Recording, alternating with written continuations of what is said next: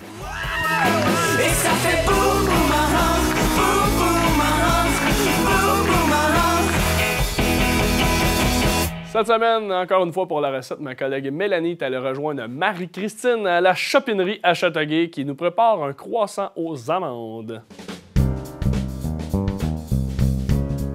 Pour notre recette express aujourd'hui, on est de retour encore une fois à la chopinerie située à Châteauguay. À mes côtés, la charmante Marie-Christine qui est là, encore une fois, pour nous donner une superbe recette. Avis aux gourmands. Hein? On peut le dire un petit peu comme ça, c'est un classique et tout le monde aime ça. Puis j'imagine que ça donne pas mal d'énergie si tu avales ça le matin avant d'aller travailler ou d'aller à l'école, etc. Donc moi, j'en ai déjà entendu parler. Comme quoi, il était super bon. Donc, bien contente que tu nous présentes ça aujourd'hui. Donc, je te laisse nous présenter tes ingrédients secrets pour notre croissant aux amandes et chocolat. C'est comme ça qu'on l'a baptisé, hein? Oui. Voilà. Donc, en fait, on va prendre des croissants qu'on a cuits la veille. C'est bien important que ce soit pas trop frais parce que c'est plus difficile à couper. OK. Donc, ça, c'est le fun quand tu achètes des croissants puis que le lendemain, mettons, tu les as pas tout mangé. Tu peux les réutiliser, dans le fond. Avec ta recette. Encore super moelleux, mais au moins, on ne va pas tout s'affaisser dans tes durant mains. la réalisation de la recette et l'ajout des trucs. Parce qu'en fait, ce qu'on va faire, c'est qu'on va les tremper dans du sirop qu'on a fait maison. Oui. C'est du sirop simple, dans le fond, c'est du sucre et de l'eau qu'on a fait refroidir. On a de la crème d'amande ici qu'on a fait maison, donc c'est de la poudre d'amande, des œufs, du beurre et du sucre. OK. Ça, on va l'étendre à l'intérieur. Puis pour notre option au chocolat, dans le fond, on a des petites pépites de chocolat noir qu'on va mettre à l'intérieur et sur le dessus. Puis la garniture, ça va être les petites amandes effilées. Génial. Donc, je te laisse commencer ça. Dans le fond, on va le couper en deux, vraiment faire comme un sandwich avec notre croissant. Et voilà. Notre sirop, on va le mettre dans un bol un petit peu plus gros. Donc, voilà, ici. Donc, c'est vraiment du sirop et toi, tu as ajouté de l'eau, c'est ça que tu nous c'est du sirop qu'on a fait maison. OK. C'est du sucre et de l'eau qui est porté à ébullition. OK, parfait. Voilà. Tu le fais toi-même. C'est une recette assez simple. Donc, ce qu'on va faire, on va tremper un des côtés dans le sirop. On le pose sur le deuxième, puis on va le laisser un peu imbiber le bas. On veut quand même pas que ça soit au complet imbibé parce que ça va être un peu trop sucré. Donc ça amène le petit côté croustillant, un petit peu de sucré. Ça va réhydrater le croissant, puis oui, ça va le sucrer aussi. Donc, c'est pour ça que tu nous disais qu'on peut réutiliser ceux qui sont peut-être un peu plus secs à la maison. Parce que sinon, c'est beaucoup trop sucré. Il reste un petit peu trop mou, limite. Donc voilà.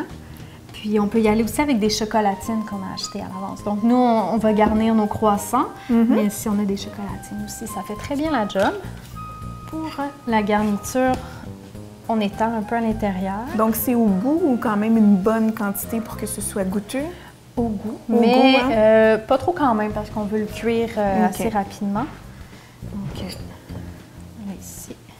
On en met dessus. J'en mets sur le dessus aussi parce qu'on va y mettre des amandes effilées dessus. Parfait. Donc ça va être mieux. Voilà. Donc ça, c'est une recette aussi qu'on a depuis l'ouverture à Valleyfield. Oui. Puis évidemment, on l'a mis ici aussi à Châteauguay. Donc c'est quand même un classique assez fun à faire. Voilà. Donc ça va être nos 3 aux amandes. On va ajouter la petite garniture sur le dessus.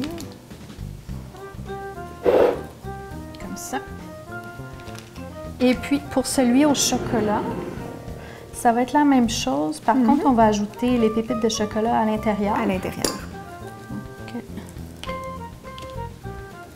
Ici.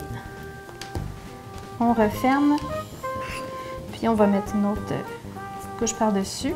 Donc, on va mettre ça sur une plaque au four avec un petit papier en dessous. Parfait. Quand même un peu distancé. Combien de temps? On les met 20 minutes à 325. 20 minutes à 325. Voilà, Une fois qu'ils sont sortis, on les laisse bien refroidir. Avant de les manger. Oui, c'est vraiment assez meilleur, honnêtement, quand ils sont un petit peu plus tièdes. Oui. Très chaud, ça va être, le beurre ressort beaucoup, là, donc ça goûte un peu plus gras, mais un peu plus frais comme ça. Parfait. C'est vraiment la façon de le déguster. Donc, on se trouve quelque chose à faire pendant qu'ils refroidissent un peu sur le comptoir. Donc, je te laisse aller au four. Oui, on va mettre ça sur une plaque. Puis, j'attends que tu reviennes.